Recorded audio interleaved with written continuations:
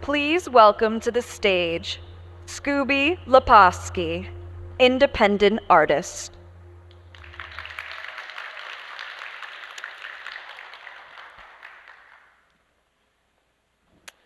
Hello everyone, my name is Scooby Laposky. I'm a sound designer and artist based here in Cambridge.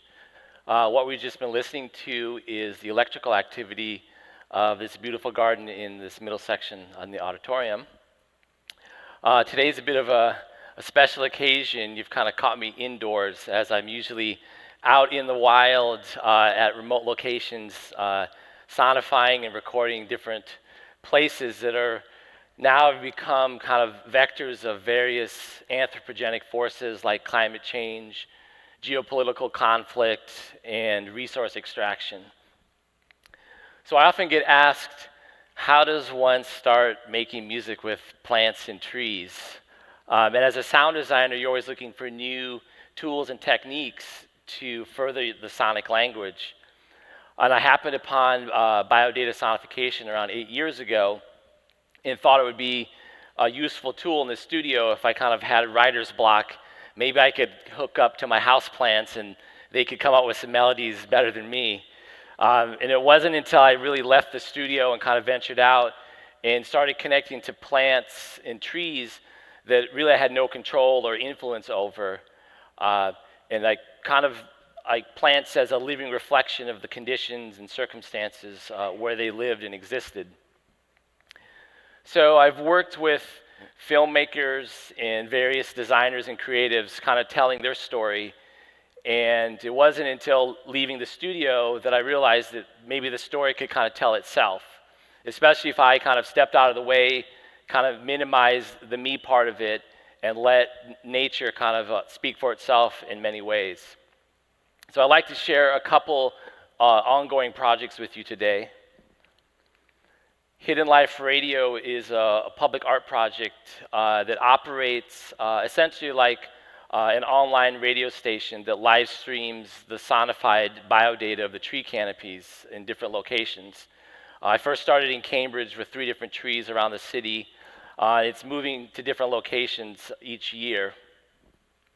So this is one of the biodata kits that I designed and built. It's solar powered, it's autonomous. It reads the electrical activity, beams the data to a computer that translates it into music and then live streams it for you to hear. One of my favorite aspects of Hidden Life Radio is it kind of forces the listener to exist on tree time, because trees are such large, like dynamic living systems that the changes happen. Sometimes it takes days or maybe even weeks to really hear these changes. So if the listener sticks with it and listens to the live stream, they'll start noticing these different changes. And there's always a weather widget on the site, so you kind of can see what the conditions are and make those relations between what the tree is experiencing with the weather and the climate and the conditions and then what you're hearing. And it all happens in real time.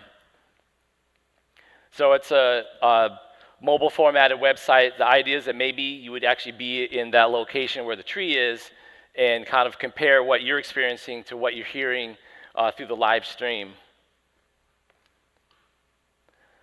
The second project is an ongoing site-specific music project with LA-based guitarist Charles Copley.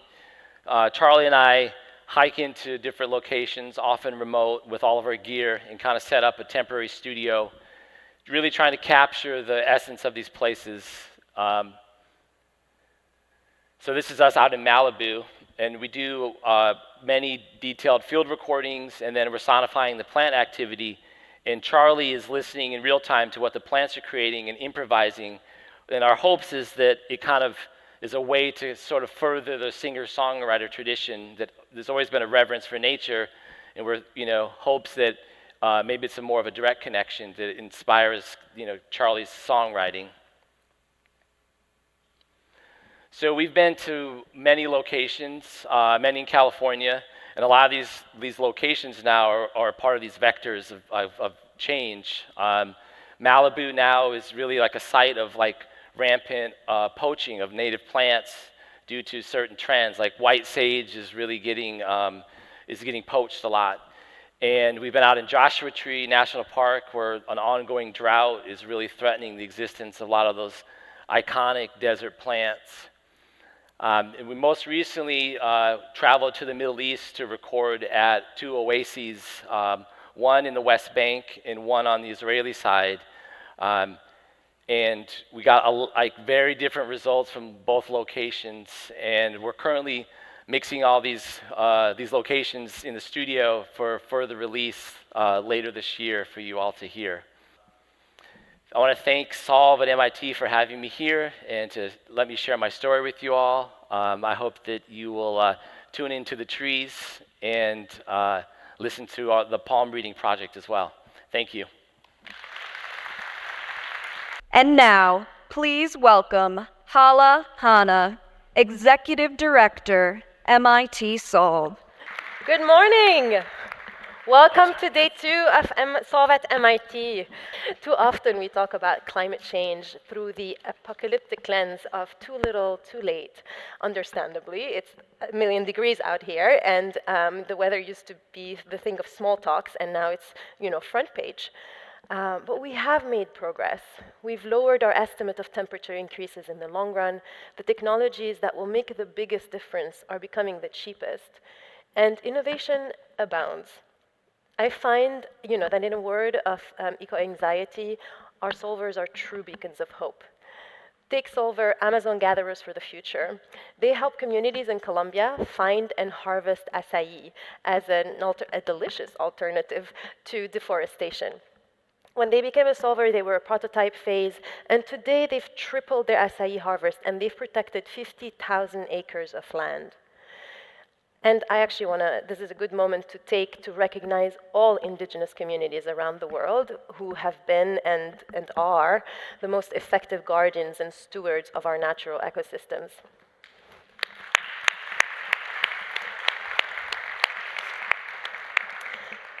On the aggregate, our solvers are contributing a net reduction of over 2 million metric tons of CO2. And we want to do a lot more. This work, though, cannot scale without the support and partnership of organizations who believe in early-stage innovation. One of such long-time champion is General Motors. So I'm excited to announce today the General Motor Prize for solutions that help create smart, safe, and sustainable communities around the world. There will be up to $150,000 awarded across up to 6 solver teams for the 2024 Global Challenges on Learning, Climate, and Indigenous Communities Fellowship. The prize winners will be announced at Solve Challenge Finals in September and during Climate Week. For the next hour, how about we focus on abundance, on how we get to our destination rather than whether we're going to get there. Let's hold on to our Scooby Zen and talk climate.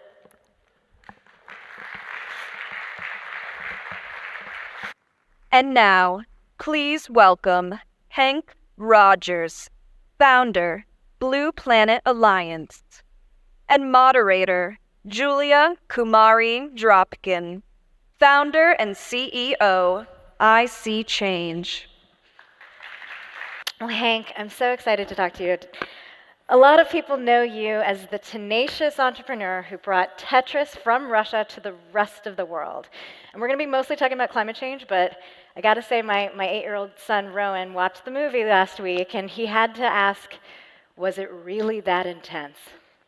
It was really that intense in a different way. In other words, the movie made it into action, action, action, but actually it was intrigue, intrigue, intrigue. Mm-hmm. So I kind of knew that the KGB was involved. I knew that I was breaking the law in the Soviet Union, and there were such things called gulags. But I didn't know how big of trouble I could be getting into, and so I went for it anyway. Well, good for you, and that's what it takes to be a great entrepreneur. So, what parallels do you see with that moment, with the advent of personal computing and gaming, and this moment right now when it comes to the early days of climate tech and solutions? What advice do you have for all of the climate solutions makers and tech entrepreneurs in the audience today to seize this moment? It's funny, but I was in Korea, and the politician asked me, so what should I do? What should we do?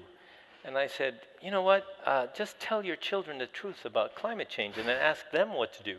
Because they have no political agenda, they don't care about money. You know, they understand that it's their future that's at stake. It's very simple. So the advice is stick to your guns. This is the biggest change that we're going to have to go through, and we are totally going to go through this. Yeah, there's no going back. I certainly have chills thinking about it, to be honest. Well, you helped make Hawaii net negative clean energy, 100% commitments. And frankly, you were a huge inspiration to people like us in New Orleans post-Katrina, where our entire town had been destroyed, and we looked at Hawaii and said, oh my gosh, this is possible. Can you tell me how that made that happen, and specifically, how you got utility leadership to buy into this vision? Okay, so first of all, when we first came up with the idea, we talked to the utility, we talked to the governor, we talked to whoever would listen. And they all, to the last person, said, what are you talking about? We make electricity by burning oil, $2 billion a year, and coal, $1 billion a year. And this is how we make electricity. Our job is to make it 24/7. And I said, wow, we have a tough battle ahead of us. So, but how do you get the politicians to be on your side? The answer is you have to get the people on your side. And how do you get the people on your side? You get the children on your side. So we had elementary school children go door to door and exchange 300,000 light bulbs. In so doing, having an explanation, a conversation between a child and an adult about saving energy, saving money, and fixing the climate. So the children push the adults push the politicians, and finally we have a mandate of 100% renewable energy in Hawaii. 100% by 2045. We were the first state to do so. Yeah. And since then, 13 other states have copied us. But just because you have a mandate that says you have to do it, doesn't mean that you're going to. So we changed the business model of the utility so they make more money by switching to renewables. They used to make 10% on the price of oil. What a dumb business model, 10% on the price of oil, seriously? Today, you know, so oil cost them 25 cents per kilowatt hour, and wind and solar cost them 8 cents. Add storage, it's up to 12 cents. So we say, okay, instead of 2.5 cents, you make 3 cents. The ratepayers pay less money, the utility makes more money. Win, win, win. And this can be replicated everywhere in the world. Well, is that what you look for a little bit when it comes to the Blue Planet Alliance? And specifically as it relates to Hawaii and other island nations? Like, how do you scale that across? Right. So Hawaii is sort of a success story. We're at 36% renewable energy today. And it's moving across the U.S. I mean, California copied us 2 years later. So that's like the world's 6th biggest economy. And so it's moving okay, but the U.S. is only 4-point-something% of the people in the world. And so in order to solve climate change, we have to get everybody else on board. So what we're doing is we're doing what we did in the U.S., starting with Hawaii, in the rest of the world, starting with island countries. So we just finished our second cohort. So now we've brought 18 island countries to Hawaii to show them what we did in Hawaii. I mean, the governor of the time speaks, the head of the utility, all the renewable energy providers, they all speak. So then they answer all the questions, because the islands, they just have no idea. And when I say we bring somebody from the island, we bring someone from the government, someone from the utility, someone from the regulatory agency, like the Public Utilities Commission, and somebody from the community, like an activist. So 4 people from each island country. And first of all, we teach them how we did it in Hawaii. And second, we teach them how to work together. Because in general, these people are working in silos. They never get to talk to each other. But in Hawaii, they're away from their country, and they all go back energized. Well, that model of innovation and collaboration is amazing when you have 4 units to work with. But how do you scale that? So, for example, my company, ISeeChange, we're a technology company that focuses on community priorities when it comes to all of these structural changes that we're dealing with at a base level. How do you scale that cooperation with your companies and kind of your approach? Being able to do this at scale, to deliver infrastructure at scale and have community priorities be center. And often community priorities and our climate priorities may not always align. So our methodology is we we create willpower. That's what we do. We create willpower, and we've created the willpower in Hawaii. If you go to Hawaii today and you ask the people what's going to happen with energy, they all tell you, oh yeah, we're going to go 100% renewable energy. And like 20 years ago, it was like, oh, there's no way we're going to get off oil. And so after you create that willpower, we watched it happen blossom in Hawaii, and then that willpower went from Hawaii to California. And so we're expecting to do is to do the same thing with island countries, and then move that willpower from the island countries to countries.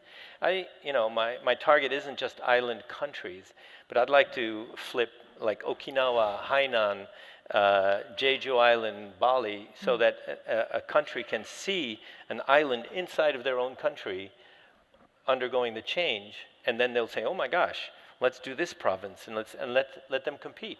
At the end of the day, it can be done. We have the money, we have the technology. All we need is the willpower. Can you give me an example of a technology that you feel can scale through this system that this architecture that you've envisioned? Give me a success story. So if you look at Kauai, it's one of our islands. You would think, oh, it's the rainiest island in the world, and you've heard that. So why don't we do hydro? But actually, they're doing it with solar. So today, they're at 70% renewable energy, all basically 80-90% solar.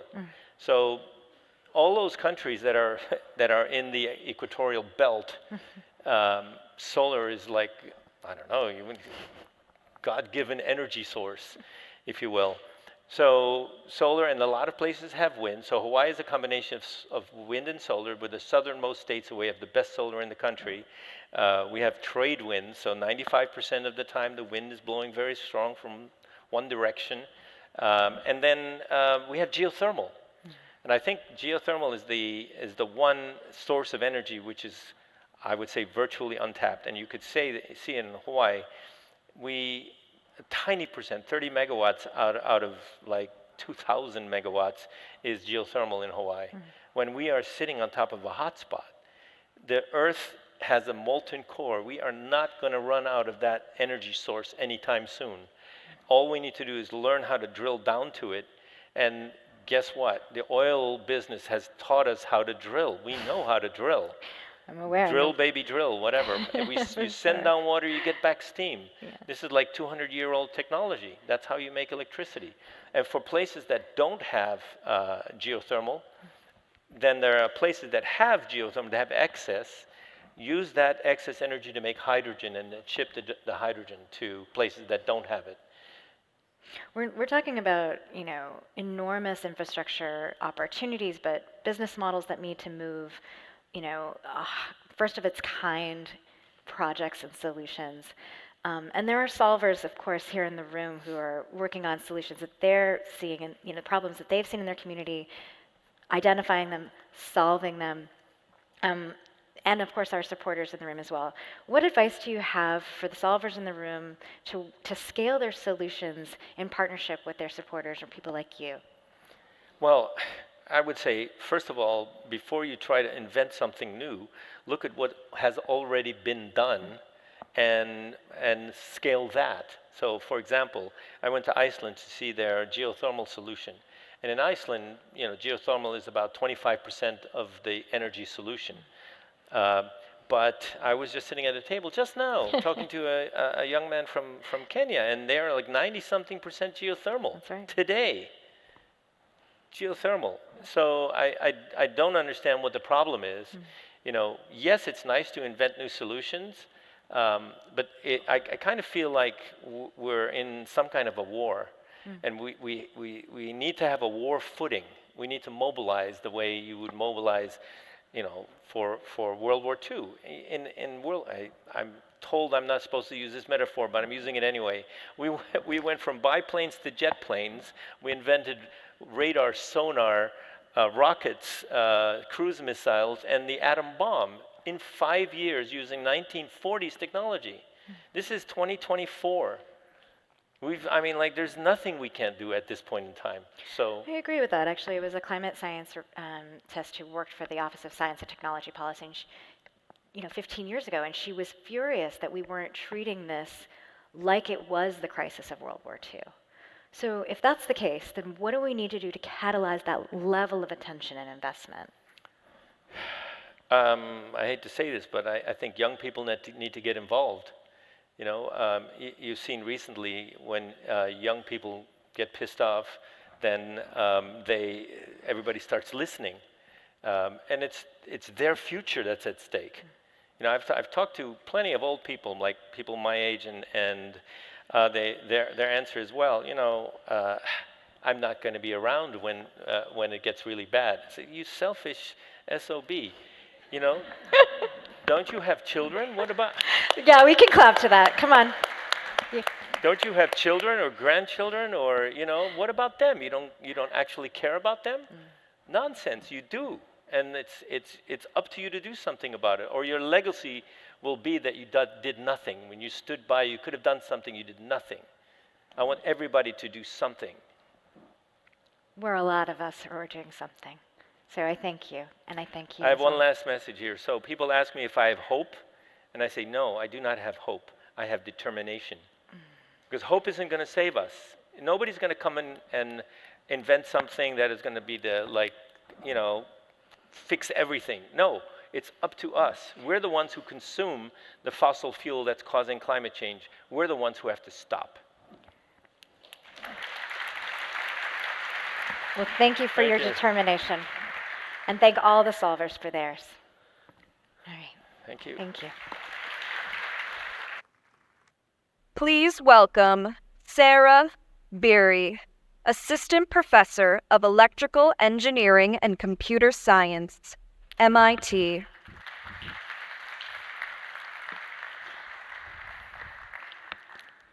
Hello, everyone. Like was just said, my name is Sara Beery. I'm an assistant professor here in the AI and decision-making department. But my research and my group's research really tries to think about one of what I'm sure all of us are aware is a huge ongoing challenge, which is global biodiversity loss. So we're currently in what's being deemed the 6th mass extinction of biodiversity. We are losing species at a faster rate today than we were during the last extinction of the dinosaurs. And of course, this is related to anthropogenic change, to the sort of spread of development globally. It's also related to climate change. But the thing is, there's so much we actually don't know about why this is happening, about which species it's affecting the most, and about how we need to think about stability and regeneration for biodiversity, looking to the future, looking to those next generations. So today I'm going to be talking about mechanisms that me and my researchers in my group have been developing to try to enable novel scientific discovery using multimodal AI systems. So, like I said, biodiversity is in catastrophic decline. But the important thing is we're not just losing species, we're actually losing populations. We currently have estimated by the World Wildlife Fund about 70% less wildlife alive on Earth than we did in 1970. That's a huge number.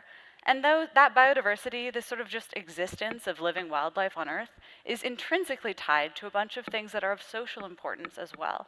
Things like climate change. Biodiversity actually impacts climate change too, in the other direction. Biodiversity is one of the big factors in what's called bioturbation that takes forest carbon, which is on a life cycle of about 100 years, and transmits it into soil carbon, which is a life cycle of closer to 1,000 years. So when we're thinking about carbon emissions, we really need these mechanisms, these sort of complex ecosystems that help transmit carbon into more stable storage systems. Biodiversity is also tied to public health, particularly with the spread of zoonotic disease, things like COVID. Biodiversity is tied to food security. It turns out when you have more diverse pollinators, you have more nutrition in the food we grow. So it's beyond just needing pollinators to be able to grow food. We actually need diverse pollinators to get nutrition from our food. And biodiversity is tied to ecosystem services, things like carbon capture, things like cleaning the air that we breathe.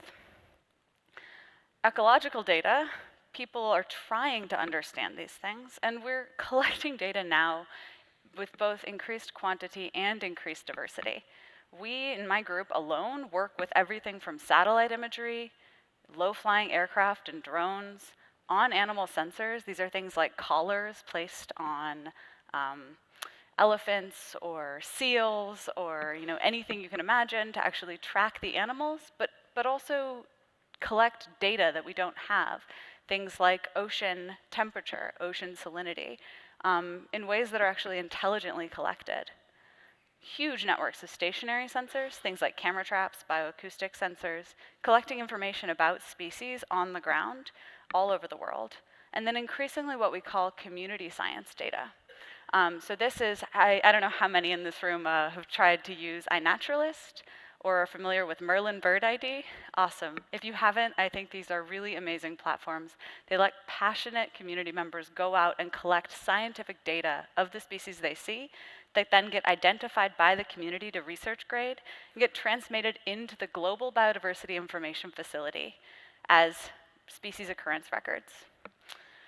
And the funny thing about biodiversity, all of these different types of data, is it turns out none of them is giving us a direct measurement of what we care about. None of them is giving us a species or a direct sort of estimate of what we call alpha diversity, the number of unique species in a given place. They're all proxy data. They're things like pixels in images or sonar signals. And all of this needs to be then processed into scientific insight, something we can actually make a decision on. And that's where we need AI. And AI is currently used to process data for thousands of conservation organizations, thousands of scientists worldwide.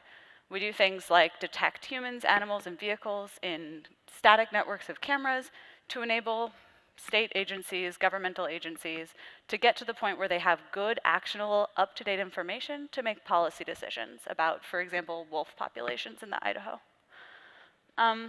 But it turns out that that environmental data across all of those different data types is really not collected uniformly. We have this estimate on the left of alpha diversity worldwide, which is clearly mostly in the subequatorial tropics. If you look at where we have that species occurrence data in the Global Biodiversity Information Facility, it's almost anti-correlated. So there's clearly a huge need to go out and get information, to have these mechanisms for extracting information or collecting information in places where we maybe need it most in order to maintain that sustainability and the regeneration of biodiversity. And so looking at all of these different data types, for the rest of this talk, I'm going to focus just on iNaturalist data, just on one of these types of data, and bring up what I think is an exciting direction that helps us get more information out of the data we've already been collecting and helps us think about mechanisms to scale that data collection. So these are all images from iNaturalist. And iNaturalist has now collected over 173 million observations of species, over 460,000 species. This is actually now 95% of all of the biodiversity data that we have collected throughout history. So just enabling passionate community members to go out and be a part of this system, to be a part of understanding biodiversity, is clearly incredibly valuable. But currently, what we have in iNaturalist is an image with a species label. So for example, in this image, the iNaturalist label is plains zebra. But there is way more scientifically useful information in this image than just the presence of a single species. We can see behavior, potentially some sort of conflict behavior. We're seeing wildlife and livestock coexistence. There's a lot more here that we would love to be able to get to than what is identified by the community. And this is kind of ongoing. So for example, you could find examples of hermit crabs using plastic waste as its shells, these intersections between human waste and wildlife. Things like wildlife using man-made roads, intersections between wildlife and human infrastructure. Or even stuff like all of these other queryable systems that would let us get more information from the data that we've already collected. So the hope here is that we could actually build systems that query using multimodal AI to enable us to get at all of that diversity information in those 170 million images. So what we're trying out is we're using multimodal AI models, vision language models like CLIP, to extract embeddings. These are low-dimensional representations of these images that are semantically meaningful. And then what we can do is we can actually also extract an embedding from any text query, such as a California condor tagged with a green 26, which would enable us to track an individual condor in those sightings over time. Then what we can do is we can just find a similarity score across these representations of both images and that text query. And then we can re-rank all of those images, all 170 million images, to find the ones that are closest to that interesting text query. And then what this gives us is a mechanism to make it easy for an ecologist, for a scientist, for a community member, for a local area manager to get to useful information to ask new questions from the data we have. So this is great, but it turns out that these existing models are insufficient to do this for scientific data as is. Turns out there are a lot of different types of low precision errors. So here it's doing a good job of finding green tags on a condor, but they're not the correct number. Or for scientifically nuanced information like allo-feeding behavior, you're not getting relevant examples. So what we're looking at now is developing re-ranking mechanisms using now more intense, more computationally expensive vision language paired models to try to get better results towards the top of that retrieval system. And so now what this looks like is you re-rank maybe the 2,000 closest matches from CLIP using something like an LVLM, and we get much more accurate results. And so here, what you can see is that this re-ranking, it makes this even better. It makes this work better for scientists. And LVLM is expensive, right? If we wanted to run a single query using LVLM over all 170 million images, it would take about 57 days. But by kind of pairing the efficiency of a standard CLIP model with the accuracy of these LVLM models, we can find a sweet spot where you can get a return from 170 million images that's accurate in about 2 minutes. And of course, we're working on trying to make this more efficient. And what we've been doing now is we're working directly with ecologists to try to design these interactive multimodal systems that make this process really easy for them to use. So we've deployed this with the team at iNaturalist. Pretty soon it's going to be going out actually for public use, which I'm very excited about. But we're also working with ecologists across many different areas, Ocean Vision AI, for example, to try to translate these into operational systems that are letting us ask and answer these new open-ended questions from data that we've already collected, which I think is very exciting. So thank you very much. If you have any questions, or if you're interested, or if you're working with biodiversity data and you'd like to think about how AI could play a role, please reach out. And I'd also like to thank the other researchers who helped work on this project. Please welcome Rania Khalif, Chief Information and Data Officer, Inara. Ritu Raman, Assistant Professor of Mechanical Engineering, MIT. And moderator Alexander Dale, Director of Global Challenges, MIT Solve. Welcome to the stage. It's wonderful to be able to talk with both of you. You are both here, and you're both doing really interesting pieces with biotech. And so I want to start our conversation off with a little bit of what you're doing with some of these physical materials. So Rania, starting with you, you come from an AI background, but you're now using it to make better seeds. Can you tell us a little bit about what seeds can mean for climate and how AI helps us make better ones? Sure. Hi. If you think about the problems of our time now, I really think we're looking at food, climate, and health, the three, and food plays a really central role. So if you think about greenhouse gas emissions, food and agriculture account for about 24%. And if you look at the rate at which the population of the world is growing, we just don't have enough land and water to grow the food that we need to feed everybody. So at Inari, we are using multiplex gene editing and AI to figure out where and how we can edit corn, soy, and wheat so that they create more food and use less water and resources. Perfect. And so you've got both the AI and the CRISPR piece. You've got all the different trends here in Kendall Square all blended together. Ritu, at MIT, you're working with adaptive living tissues, I think is the way. Can you tell us what those are and give us a specific example of what that might look like?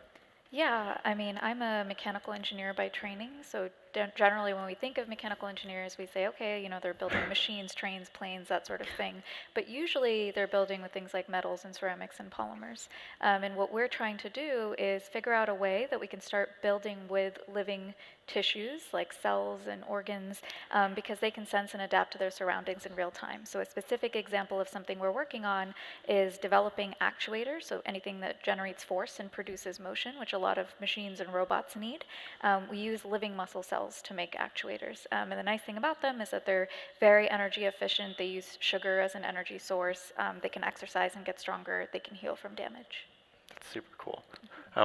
Give us an application that you're focused on right now. Yeah, so a lot of our work kind of splits between robotics and medicine. So on the robotics side, we make robots that swim, walk, pump, grip, using muscle to do that and show that they can adapt to their environments. And then because we're making tissues, often with like mouse or human cells, which are really good models of our own bodies, we can use them to understand more about our own response to exercise or our response to different sorts of diseases that might limit our mobility. So we have applications in both those spaces. Really, really neat. Both of you are doing these very technical pieces with very tricky systems. You're generating some information on how to do this. You're building some complicated physical systems. I want to talk a little bit about how we move those from a lab scale or an information scale to a set of physical objects, and then we should talk about how we get it to scale. So, Rania, when you want to take this set of information, use CRISPR to make better seeds, what are some of the limitations on getting those seeds to a bunch of farmers or a bunch of different places, or one of the frustrations in trying to develop them? I think you hit on a very interesting point, which is this combination of the bits and bytes, so the computational world and its intersection with the biological world. And these things go at different rates and speeds. So I come from a pure tech background, and there, you know, you're delivering code multiple times a day, continuous delivery. And at Inari, when I joined, you realize these plants, they take several weeks to grow. It takes 5 to 10 years to make a product because you have to, it's great if you make one seed, but if you need to get to farmer scale, you need millions of seeds. And we have to really think about that interplay and making decisions early enough so that you can collect the data you need when the plant is still alive before it's harvested, and time all these cycles, as well as be able to translate the biological problem into a computational one, which is not obvious all the time, and probably, Ritu, you see a lot of that as well, right? Do you want to talk about some of the biological problems and translating those back to computational problems in other spaces there too?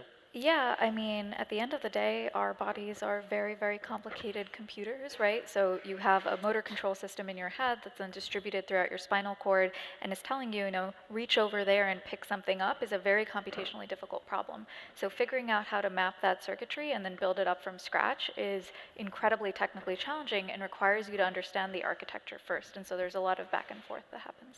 Great. So you have these different machines. You're going to put muscle cells so that my computer or my other pieces can move around and use muscles to do things.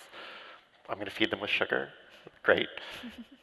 What are the steps in between getting that from your lab into the hands of some students at MIT to try it out, and then from there to people across Cambridge being able to use it? Yeah, I'm really glad you asked because I think we're both in a time but also a physical place that is really amenable to doing that sort of thing, right? Like MIT is very focused on the ethos of mens et manus, so having your hands and your mind being involved in the thing you're doing, and there's a strong maker community. So we have a new, so in my lab, you know, we train people for several months and usually years to be able to make muscles and use them. But we also run workshops at the biomaker space that started a couple years ago and a new biomanufacturing space that we're starting in the next year or so, where people get hands-on experience on building with cells and using tissues with their hands. Very cool. Rania, coming back to on the same piece, you've talked about how you work with AI, now you're in this physical space. How do you see this interplay on people who want to do good things and want to use some of these AI tools? Where do you see the intersection with those, with all these different problems that you mentioned, and the ways that AI can help us solve these very physical problems? It's been interesting. A lot of the money being pumped into AI right now is going very much into consumer tech, faster email, make me more efficient, more effective. But a lot of the talent today wants to work on more impactful problems. A lot of the people in this room probably also want to, spend their energy maybe not on having eyeballs longer on a scrolling page. So this is where thinking about how data and AI can really help, in my case, to solve these big problems. The opportunity is really massive. It takes some time and patience because we are at the intersection of disciplines, and that is never easy, right? Because you have a language barrier, there's a way of thinking barrier, so you really have to interleave these disciplines. But I'm excited to see more things like the Schwarzman College of Computing and what's happening at BU as well, where they're creating these schools that are multidisciplinary from the get-go, so you don't have to force yourself to be computing or biology, you can be computing and. Because for us, let me give you an example, the terminology is all different, so we have to spend time nearly on a lexicon, and it takes about 6 months for a AI person that's not coming from ag biotech to get proficient enough to solve real problems. So the word vector, for me, a vector, or it's like in physics, right? It's a data structure. It's a You data set of structure, numbers, yeah. right? In biology, it's a biological material that you use to infect a cell, right? So it's the same word, but it means a different thing. Architecture for us is the system architecture, the database talks to a microservice, whatever. And for the agronomists, the architecture is the height of the plant, the angle of the leaf. It's just the same words, they mean a different thing. So. Do you see the same piece? Because you're obviously also sitting at the intersection of Yes. several different fields when you're recruiting students, when you're trying to publish, or Always, all the time. Both in recruiting and publishing, I'm glad you brought both of those up because we're housed in a mechanical engineering department, which is great. We bring people from a lot of different backgrounds, but at the end of the day, if you're making a machine that's built with living cells, you either need to know a lot of biology, well, you both need to know a lot of biology, how to work with cells, but also how to machine a system and put it together and figure out how force is going to translate into motion. And nobody comes in with both those backgrounds. You're either a biologist or a mechanical engineer, so everybody has to do a ton of work, months of work, sometimes years, to get up to speed, both, verbally and also technically. Yeah. And then when you're publishing, it's all about stakeholders, talking to different people in ways that kind of highlight what they value. Even if your system might have many different applications, when you're talking to a certain audience, you want to really focus on what they care about. Sure. I want to pull us back to a larger geographic lens. We've talked about this amazing stuff that's happening around Kendall, lots of different ways, and around Cambridge. I'm struck always by the sci-fi author William Gibson's quote that the future is already here, but it's not equally distributed. So I want to think about what it means to take some of these knowledge pieces, whether that's how to develop other seeds or the seeds themselves, adaptive living tissues, and the availability of some of those, and think about how we bring those to other parts of the world that maybe have less capacity, less piles of labs all in the same space, and wonder about how either of you are thinking about some of those different challenges. Certainly for things like climate, we know that we are going to need good seeds everywhere in the world. And I think there's some data limitations on how we even start to produce those from an AI perspective now. Is that? So if you think about, in the opening session, I forget the name of the speaker, she was saying health is how humans experience climate change. Vanessa Carey, yes. I probably butchered that, but to that effect. And for me, I think also, again, food is the other. I think it's a bit of a triangle. And what we see is a lot of the push in computation and a lot of the money and the investment has really been in consumer because there's been a lot of investment there and activity, and it's faster. But we see healthcare came fast behind. But really because a lot of the regulation, and there was a big push to normalize healthcare data, to standardize it, to share it. The companies themselves were not going to share it, right? And in food, I feel like there's a big opportunity for data standardization and data sharing, which doesn't really yet exist and needs some incentives and some investments. And yesterday we were talking with one of the solvers, Taita, about the greenhouses they're putting in Africa that have IoT and collect data, and they were thinking about, can that data be part of the assets of the farmer, or can it be part of how they pay? So thinking more creatively about how to unlock data from around the world and how to be able to unlock the access to this information. The lovely thing about AI generally is it's been a big open source community focused movement. So I'm excited to see a lot more applications of data and AI and a lot more investment really from the foundations in data all the way up to the models and their applications. How much do you think the data exists and is poorly structured, and how much does the data not exist? If we want to do seeds for Kenya, to take that example, do we have the information on crop systems to do that? So there's a lot of data on the what we think of as the right side of the equation, so on fields and so on. There's been a lot of applications trying to detect disease or fly drones over fields. It's not really standardized, but at least it more or less exists, so you can collect it reasonably fast. What's very hard for the kind of work that Inara is doing is the data on the genetics and the genome to the genotype to phenotype association. So what happens to the plant, which gene is responsible for how the plant behaves. That data is very, very sparse and is not really available openly, right? And the other part in plants that's hard is that what's called the assays, so the experiments to generate data at scale of the kind of data you need to build these models is still very early in its application. So you really need this, people are calling it lab in the loop. So you really need this interplay between the experiment that generates the data and the AI model, because the models really generate hypotheses. And if you can't test the model tells you, modify that gene to get more yield, if you don't have a way to test it quickly and you have to wait several years to grow these seeds and test them in multiple locations, it's very inefficient.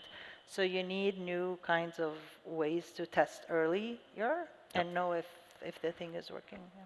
So Ritu, I want to come to you on a different side. So we're talking about physical data on that side. I want to ask about who gets to be part of some of these systems as well. I know you've done a bunch of work on making STEM more accessible in different parts of the world. How do you see that connected to some of your work on adaptive living tissues and some of these other machines and trying to broaden who gets to be part of these solutions? Yeah, I mean, I think part of the opportunity, but also problem with what we do, right, is that we are in a place of great privilege here in Kendall, and the things we do are very resource intensive, very expensive, and require a ton of infrastructure. One of the nice things, I think, is starting to see Kendall move past healthcare into more things like food and robotics and other things where, the price point where people are willing to pay or are forced to pay are much lower. And so we're forced to be able to make things in more efficient ways at scale, and I think the first part of getting technologies more accessible is making sure we're kind of broadening the application spaces. But just, there's a step beyond, can I use the technology, and then also can I make it and contribute to it and have the literacy to engage in this way. And I think part of that will be not only international, but also thinking about in rural parts of the US, making sure we have ways to make sure that people feel that they understand what's happening, they have the words to use and describe it and to challenge it in some way, and to give as many people hands-on experiences with biomaking as possible. I love that. Are there any points of final advices to people who are sitting at that privileged point with these very deep technical systems, whether it's computational or physical, that you would give to innovators who are trying to do this work? And coming from a more startup space without quite as much of that infrastructure in a lot of cases. Yeah, I mean, I think one of the really nice things I think about Solve, and probably everyone who's here, is you're sort of focused on a problem and less, I think something that I really struggle to get across, at least to a lot of students at MIT, is they're focused on degrees and milestones, right, and things that make sense of I will define a path and then somehow that will have positive impact. And I think for anybody else, I would say picking a problem that's really hard and that matters to you is more important than the specific path you take to get there. So that's mostly my advice there. Love that. Rania? I think I love what you said about don't be stuck to the path, but focus on the mission that you have. I think for me it's just passions for hard problems. These hard problems, the solutions are not really known, and that's by design. They will be difficult, but the technology is only a small part of the solution, right? So even in AI, they say the model is 10% of the work, but we see that also even if you build a full system, there's getting it to market, there's changing the hearts and minds and the ways that the people work who will use your system, and there's the ability to take it to scale. So all these things, if your area is regulated, that also has to play a factor. So to make impactful change, it's sometimes hard, but it's a long journey, so be patient. Thank you. So yeah, technology is only a piece of the piece, but you have to be attached to the problem. Love those pieces. Thank you for the discussion on how we take these complicated systems and think about how we make them bigger. Thank you so much. Thank you. And now, in the spirit of how do we help support people who are trying to do this work, I'm pleased to welcome this, to have one of our supporters join us for another announcement. And now, please welcome James Newell, Executive Director, GSR Foundation. Good morning, everyone. As announced, my name is James Newell. It's super nice to see so many people I recognise. I head up the corporate social responsibility for GSR, and I also serve as the Executive Director of the GSR Foundation. GSR, the company, is a leading cryptocurrency market maker, and in 2022, it established the GSR Foundation as an independent grant maker. Our vision is a world in which no one is excluded from participating in or benefiting from the advancement of technology and its role in progress. We have a long history of working in partnership with MIT and are in our 4th year partnering with Solve. The caliber of the projects and people we meet through Solve is always incredibly high, and we look forward to getting to know all of you better. The GSR Foundation Prize supports projects using technology in an innovative way to address pressing issues in communities which have the potential to scale globally. We typically look for solutions that remove barriers to financial inclusion and that place a strong emphasis on learning. Our roots are in frontier technology, so we have a particular interest in blockchain and cryptocurrency. We'll be awarding up to $150,000 across several Solvers teams from any of Solve's 2024 global challenges.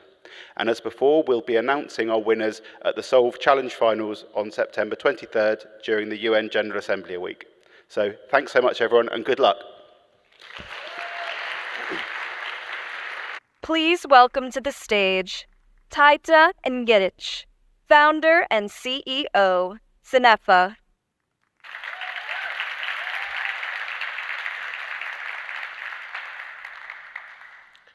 Hello, everyone.